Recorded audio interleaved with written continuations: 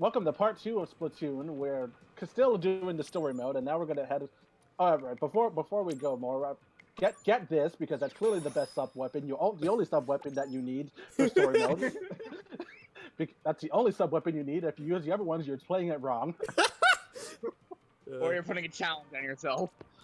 Yeah, seriously. Like the secret for me, the secrets are the best weapon because they lock onto anything that moves.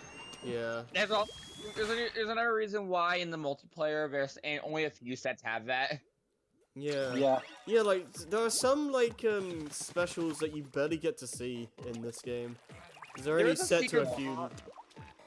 Yeah, there's a secret bomb in the Splatoon 2, but they made sure they probably nerfed it by like if you're hiding in ink, it won't detect you. Oh. I like the curling bombs. Once it catches you, it's on you. I like the curling bombs. I can't. I'm having a hard time using those. Okay. So guys, sorry, you finished. No, it's fine. Okay. So what weapons did you guys mainly use in Splatoon 1? I liked the spray. The arrow spray was pretty good. I like the slosher because that can kill people in 2 hits if you're good enough. I'm not sure what else. The gold arrow spray I used mainly for Splatfest and the main mode. When I'm doing ranked, which I'm also only doing Rainmaker by the way, because I'm bad at every other thing. I'm using my crack on Splat Roller because I'm just better at being offensive rather than moving the objective itself. I like tower control quite a bit. Tower control can be really difficult depending on who you're with. Yeah, it gets really intense. In my experience, I swear the opposing team is usually very synchronized, but that's usually from my experience. But that could probably also be said for I'd imagine people are probably doing this like the team modes, so they have synchronization. Yeah. That makes way too much. That would make sense. One thing, speaking of like ranked mode and all that, one thing that I really hate is that if you, I think it's a trio squad, it's like you can get into a room where it's just 3 of you, and then there's like 4 opponents or something like that. It's really like yeah, that kind of also reminds me in Splatoon 1 and Splatoon in general. If somebody just connects as well, it's one-sided. Yeah. Well, you're not coming back without a team member. Unless your team's like really good and they suck. Well, I mean, it's like in Splat in Turf Wars because someone's out there. You're missing somebody who's not covering your turf. Yeah. Oh, by the way, we're gonna get all the scrolls. Of course. Yes. Oh yeah. Like I didn't mention my main weapon is a roller. It's been so long since I played. I forgot exactly which roller I used, but it had the but I know it had the Seekers as a sub weapon, and Bomb Rush was the special. Yeah, it's been a long time for me as well. I don't remember which one you're talking about. In Splatoon 2 though, I actually I'm trying to use the dualies and better, and sort of using the umbrella, but I'm actually using the Splattersaw Jr. I started using the dualies a couple days ago, and I really enjoy using them. Are you gonna try to make them your main weapon, or you're just gonna stick with the slosher? I'm not sure yet. I don't have all the weapons yet, so I don't know. Yes, by the way, everybody's worst weapon. Go. Chargers. Chargers. Yeah, chargers. I can't use chargers. Yeah. Yeah, I can't do that. It's a weapon I really want to learn. Yeah. But I don't like sitting around because that's the point. The point of the charger is being defensive. Yeah. It's the sniper. It's the sniper weapon. Because I can be okay with a sniper weapon and like Halo sometimes, but like how agile everybody is in this game. Yeah, I just can't do it. I mean, like, I've done good games with the charger, and when you can get a good shot with the charger, oh man, is that shot satisfying? Yeah, it's being good with a charger for me is like once in a blue moon, honestly. But that said, the best charger I've used in one was probably the Eliter. Hmm. Oh, this guy. I don't remember which ones they used. By the way, you'll like this, Xavier. This guy comes back in 2. Yeah, Yay! yeah. I haven't played the campaign yet, but I saw the brain scratch run. I love what, by the way, I love what it says on this screen, because the boss has boss subtitles, right? Yeah, yeah. It says, I'm back! Nice. And when you take out the Man. first phase, he gets a new thing, right? You triple stop him, and I got this fancy coat, too. Oh no. It becomes the Neo Octo Stomp. Yeah. He Oh, gets what do you moved think about the to boss fight? the I like the bosses. yeah. I don't think there's one. I don't think there's one that actually gave me too much trouble. Nah. There's 1 and 2 that gave me a pain in the ass. But we'll get to that. We already do. Yeah. Yeah. Like no, I don't think any of the bosses gave me a lot of trouble. I think like my favorite boss is like I think is it the Octoma, the one where the giant fish that you have to shoot out the teeth and throw a bomb into its mouth. That one's Yeah, pretty that's the cool. Octoma. That's pretty Yeah, cool. yeah. I like the final boss though. Yeah. Oh yeah. Oh, definitely. We'll get to that when we get. to Yeah, that. yeah. Anyway, I cut you off, Harry. What were you trying to say? Wait, when? Wait, what? Before I said, what do you think about the bosses? I was just gonna say, like, isn't this guy in Splatoon 2, like, moved over to, like, Oh. World 3 or something? Squid bagging, I see there. Oh man. Apparently, I heard that could actually get you banned in Splatoon 2. That's funny. I'm not sure if it's true, but I've heard. But That I've seen is some. I'm not gonna risk it. Yeah, I've seen some articles that say if you squid bag too much, you could get banned from ranked mode from playing online for a bit. Oh, that's funny. Reminds me, actually, if you disconnect many times, the game goes, your last play session didn't end naturally, which is pretty suspicious. One thing that is kind of annoying is you're like trying to rank up in ranked mode. If you disconnect, then your score is gonna go down by like -10, and there's nothing you can do about it. Yeah. And I gotta say, the Splatoon servers, they're more stable than Smash, but They need work. yeah, two's no better. It's Like, been okay there's for no me. It's been fine for me so far, but I haven't played the game enough. Alright.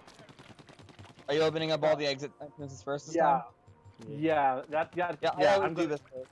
Yeah, the Yeah, first like, area is really the only one you can really get away with just doing them right away. Yeah.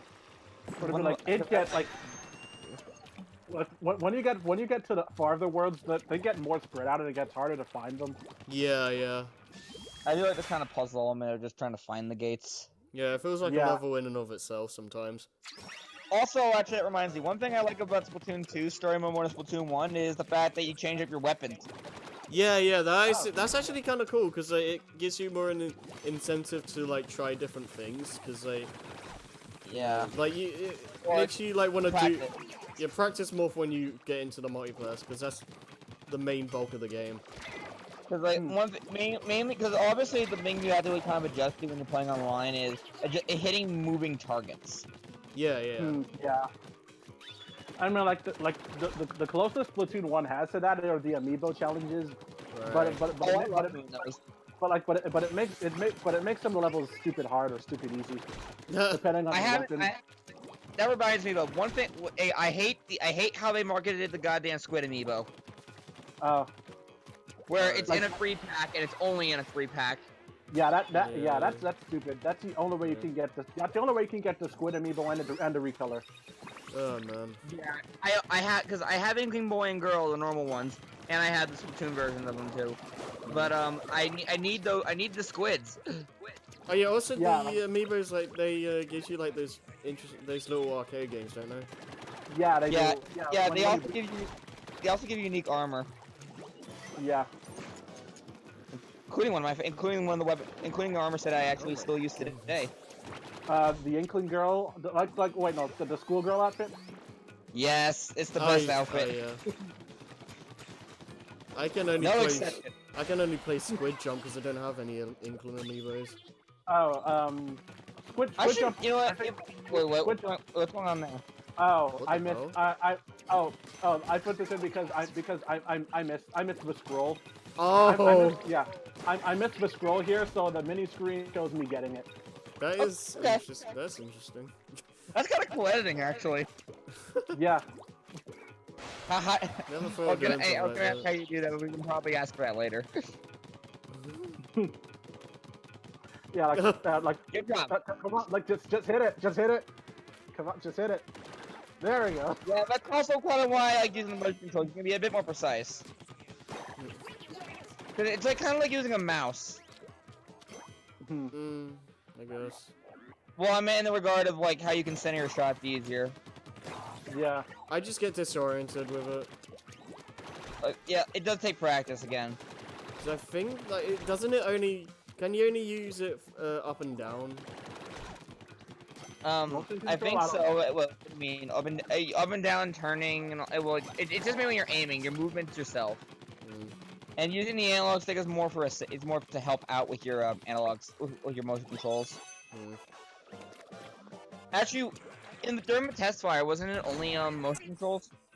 I don't know. Because I never did the test fire, but I'd imagine they kind of restricted to that. I think you could change it, but I'm not sure.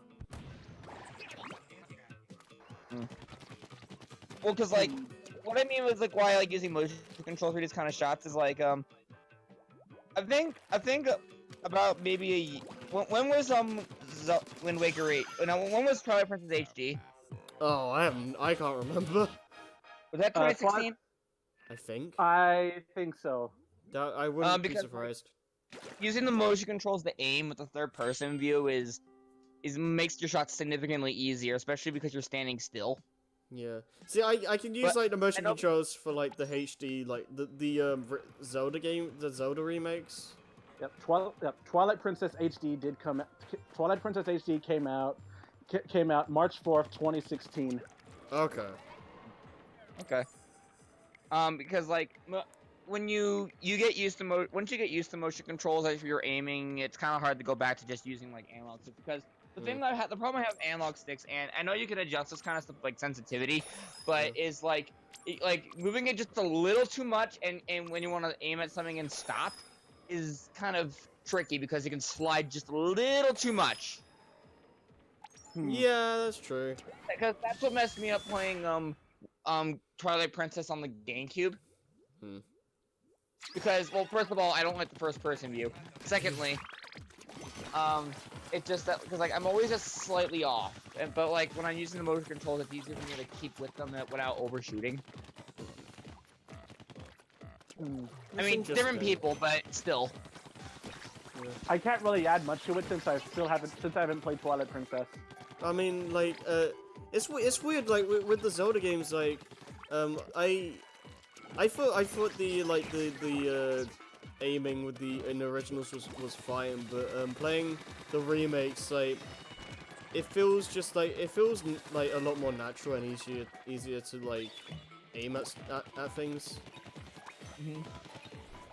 It's more evident when I'm not making arrows to shoot the birds in the air. But like, is the issue maybe with Splatoon just like the fact that you're all how you're moving so much? Yeah, I think that's probably it, because there's too much going on at once, and I can't. It's hard for me to like think about okay how am I gonna aim at this while avoiding shots and like getting hits in at the same time, and like it's a lot to take in at the same time for me, and it's just easier for me to like do all that with a normal control stick.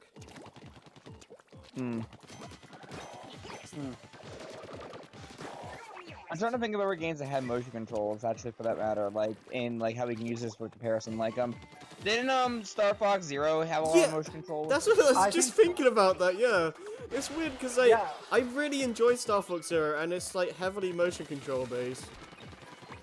But I Star Fox Zero is another game on my list that I want to get. It's one of those I need games to where play it you. too. It's one of those games where you really need to play it to actually like have an real opinion. It's like also love it or hate it, I'm gonna assume, right? Yeah, yeah. Wait, what? Kind of like the kid sea creatures can't swim, and like that me just swimming around was just me groaning like, "Are you serious?" Because like that makes perfect sense. Sea creatures that can't swim. Oh man. Oh yeah.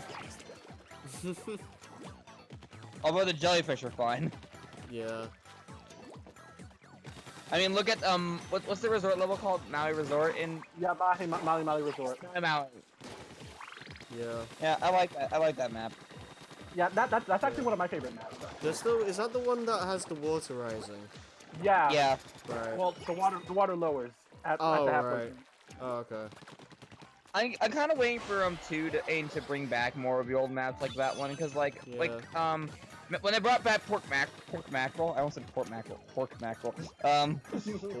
Like I like that one because like I like the and the thin corridors makes it more interesting for tight corridor encounters. Yeah. Because I played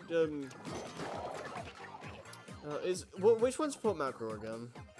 It's the one that's like a big straight line, I believe, with a bunch of corridors in the way. That usually a good place for rollers. Yeah, because I played that and one of the levels that was in the test fire, and I felt more at home with those because like the new ones, like I liked the new maps from what I played, but I had no idea what I was doing. I like the museum one they added. Yeah. Well, the museum one looks interesting. Yeah. Well, it's also one of the maps they used during the first official Splatfest. Yeah, and from what I played, I like that they used more of the campaign like obstacles in Splatoon 2 Yeah. Splatfire. Like using the things where you like little not like grind rails or stuff like that. Yeah, because like You can hide. the first game only really started adding that stuff like really late into its lifespan. It was bare bones start, wasn't it? Yeah, I know Yeah. that Splatoon 1 content-wise was very bare bones at launch. Yeah, we'll get to that in part 3, I think.